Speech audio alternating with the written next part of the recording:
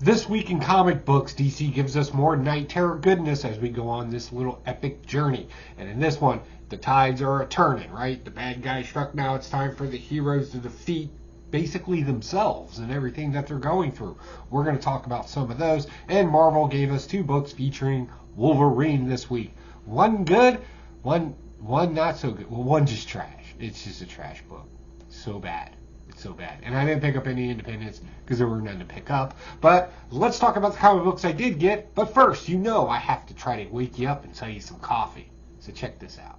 Hey, what's going on, folks? This is your boy Pocan Joe to talk to you about Coffee Brand Coffee. We serve people that are tired of gimmicky advertising and branded companies that want to lecture you.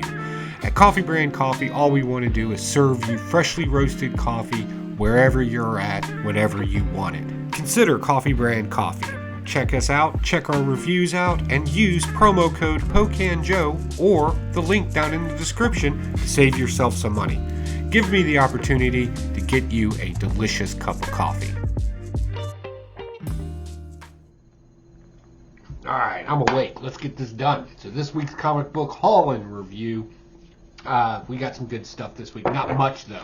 I only picked up about 8 books. So let's just jump into these and let's see what they got to say. First, we got, Night Terror with Zatanna. So where we left off is Robot Man from Doom Patrol gets turned into this Rustbot nightmare thing in this dream world, right? We got a zombie causing a bunch of boogaloo. And we learn a little something about him later as well, which I kind of now wish I read in a different order. But back to the story. Zatanna gets inundated with a bunch of her insecurities, right? Like there's a nightmare version of her father saying you're not good enough and you're this and you're that, right? And then this constant nagging from these sleepless nights that are attacking her. And she finally realizes that, hey, this isn't real, right? She finds her confidence and moves forward and outwits, right, the villains chasing her down in it, ultimately changing Robot Man back to himself and creating a new little DC pair team called Hex and Violence. That's kind of comic book tropey, but I liked where it was going. And I thought it was beautiful. I really did. I thought it was a great story, smart, witty, and it really kind of shows that how, you know something's not real, right? But how little seeds, right, can kind of nag at you and still kind of put you in a certain state that you just don't want to be in, that you know is not true, but you kind of believe it for a little while, and then you wake up, hopefully with Coffee Brand Coffee, and you can get through your situation using your brain. Meaning you don't need your magical woo-woo powers, right, to defeat something. We can just call those skills, right? Everybody has a certain skill set or something that they've learned. Same thing happens. Are you good enough? Can you do it? Yada, yada, yada. Thought it was great. Definitely one of the higher reads this week, no doubt. Along with most of this Night Terror stuff, to be honest with you. The next one, we get Night Terrors, we get The Flash. So again, this picks up, and this is what's great about this book. Since they're stuck in a woo-woo land of nightmares, right, being attacked by false things, right, their superpowers really have no effect to them that can actually be used against them. This one, Flash is running trying to save Wally West, ultimately transforming himself into this hideous monster thing, like what we saw in that horrible Flash movie. I'm sorry, I thought it was horrible. If you enjoyed it, it's nothing against you. I'm just saying, it is what it is. But in this one, again, we find out that, hey, I don't have to be everywhere and do everything. I may be able to, or I may have a higher skill set or power set to do it, but I don't have to. I can focus on the here and now. And somebody like Flash even needs to slow down every now and then. Again, phenomenal. I love it when we take the superpowers away and you see the tipping point of the actual person getting through their thing. Right? That's more powerful than laser beams from an eye. Really is. Next, again, we see another great one. So somebody learns to slow down. Somebody finds their confidence. And in this one, of course, Green Lantern, Night Terror. Oh man, this was probably the best one out there because not only did somebody find their willpower, right? Because that's really Green Lantern's power, right? His whole ring thing only works if he has the willpower to use it. It's kind of in their thing, right? Again, in this one, he realizes, hey, wait a second.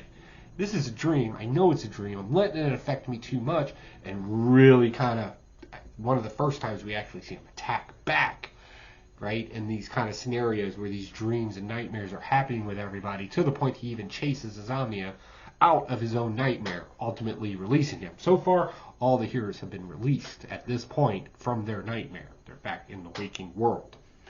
So that's, oh, it was beautiful. And some of the just great one-liners in it. And then the secondary story in it kind of took the same thing, but kind of flipped it around a little bit, where we got Sinestro, a villain, who kind of saw the same thing, but it looks like he's going to be taking it in a different direction. Like, somebody's going to use their willpower for good and do good things. Sinestro's about, I just realized I have willpower, and now I'm about to do something. Oh, I hope it gets super villainous. Sinestro is one of those characters you can really, really do a lot with DC, and God bless you if you do. All right, moving on. Robin. Night Terrors again. Yes, I'm telling you right now, first off, cool cover. All these covers have been just awesome for Night Terror as a whole. And these are all the covers I've been getting. I want to point that out. That's why I've been flashing those in a better, I hope, in a more aesthetic way so you can actually see them than just holding up a comic book. But in the Robins, in this one, we get the Red Hood Robin, right? And we get the other Robin, right? We get them. And again, we played with their insecurities. We played with all this other stuff. So what is it that they need to combat this? Well, one needs to realize he can't take everything on his own. Like, he needs, you get by with a little help from your friends, as the song goes, right? So he has to rely on the other Robin. The other Robin realizes that, hey, I can't save everybody. Not every situation needs me to fix it. Sometimes bad things just happen. Talking about the death of his father from Boomerang killing him back in the day, right? So then, he gets that confidence as well that he is, worthy of being a hero, right? Regardless of this thing from his past. And then they team up and, of course, break out of the nightmare as well. Again, have all the superpowers you want, have all the skill sets you want, be able to bench press 500-600 pounds, right? All that can only happen if you have the right mindset. And that's what's been great about this series so far, and why I can't talk enough about it at this point. And then ultimately, the best cover this week. Winner. Pick of the week. Not even kidding. Here we go. We get Night Terror, the main title. Now, I'm just telling you right now, these have been some of the best covers I have seen from DC in a while. I'm super stoked. These are just my humble opinions. But in this one, we're going to take a little different tour from the other ones. Of course, Damian Wayne, Bruce Wayne's son, who plays a Robin as well. Robin heavy this week in one storyline, but that's fine. kind of joins up with Deadman, who's in possession of Batman's body. Damian doesn't really like this concept, but they got to go fight Azamnia. What we really find out is we get even more deeper into what makes Azamnia, right? This whole something tragic happened to him. We're starting to realize that it may have been the Justice League's fault that his family died. It was kind of heavily hinted at in there, very clearly. And it drove him insane, even cutting his own eyelids. Now, the last time we've seen something this sadistic in a DC comic book generally involves, like, the Joker, where he cuts off his face, or that's probably some of the most sadistic stuff there, right? Real personal type stuff. And we're seeing that with Azamnia in this too. And then we kind of get this first appearance of the House of Horrors, right? If you don't know, House of Horrors was a mainline DC title way back in the day, and we've already seen like the House of Suspense and some of this other stuff kind of played out, but we find out that the Nightmare Stone is in the House of Horrors, and guess who has it? Deadman has it now. And I think we got a new power set coming. I hope we do. Deadman's one of those characters, again, like Sinestro, you could do a lot with him because you're dealing with, supernatural woo-woo, right? The ghost flying around type of thing. But now you give him this enhanced thing to make him even stronger or more dangerous or maybe even more heroic. Doesn't really matter. Remember what I said, you got to have the mindset. That's what really controls the whole thing. So, beautifully done. I love the artwork and all this stuff. I've become a fan of Night Terror, and I don't use that. I try not to use that lightly. Like when I like a series and I'm behind it, you'll notice I'm picking it all up, I'm reviewing it, and I'm telling you all about it. I'm telling you, if you've been sleeping on this one, you didn't miss the boat. Probably not a lot of salesmen. You probably still get caught up. At least pick the title of the heroes that you like the most, and definitely go check it out. I don't like recommending comic books, but my God, what do you think? Definitely let me know down in the comments. Which ones have you been reading? Which ones have you been enjoying the most? And did I miss anything? Because we only got a few more to go, and unfortunately this one's going to be done. But hopefully we'll have a main character that lasts a while. I want to see Insomnia kind of hang out. All right, next from DC, we got Superman Annual 2023. I went with this cover. It was best cover. I'm sorry, I saw all the other ones and I was just like, yeah, that's the cover for me. So what's going on in this one? This is kind of a how do you do it? They do it in TV shows where they kind of recap the whole season, right? In like a flashback episode type of thing. That's kind of what this is. So Lois Lane's in charge of the Daily Bugle. And we had all this stuff happen, right? We got a new superhero Moonlight out there. We got Graft and his brother counterpart, whatever his name is. We got them running around. We have a past that we haven't quite dealt with yet, where Lex Luthor was kind of a superhero for a little bit, but there seems to be no records of it, so why not? Right? We kind of touch into some of that. Moonlight, again, that character. We got the whole Livewire thing being a shock jock, right? Bam. And then, of course, we got Jimmy Olsen dating the Silver Banshee. Or Banshee. Just Banshee. It's just Banshee. Right? So we got all that going on. And this has just been kind of the glue to kind of show that everything is still happening at the same time. So no real huge revelations in this. Nothing that we won't pick up in the next couple issues of a regular Superman run. But, yeah. And we confirmed that the head of the Superman Corps, why that has to happen, I don't know. Miss Marcy is a robot, which we already knew. We watched her get her powers, kind of been playing with that concept for a while now. I just don't think it's sticking very well or resonating very well with the readers because nobody's really talking about it, unfortunately. It is what it is. So, kind of a little bit of a letdown. I was hoping for some bigger action, some bigger stuff, but no. The only thing that really happened in this that would be new to the storyline would be the fact that Lobo's been captured by our villains, and apparently they're extracting some DNA out of him. They've been doing some genetic work with Bizarro and a few other people, and they've been kind of playing with that to kind of go after Superman, because they don't like Superman, right? What villain likes him, right? He's like, ugh. Right, so go after that. And we also find out that Brainiac has also saved a city from Lobo's home planet, which was thought to be destroyed. Kind of like what he did with Krypton. Like, he did that thing with Krypton. He had, like, the one city. He did that. He just kind of plugged that into there randomly. I hope it works out. We'll see. I don't know. All right, so getting down to my last two. I'm at the point where I'm just going to give up on anything X-Men related. Wolverine, the whole 9 yards. I'm about there. So I picked up Ghost Rider and Wolverine. This kind of deals with something that they kind of dealt with in the past, where there was a demon child, a child that has a demon kind of associated with it. I don't want to say possessed by, because it seems like a working relationship with them too, if you will, like a parasite inside of a parasite type of thing.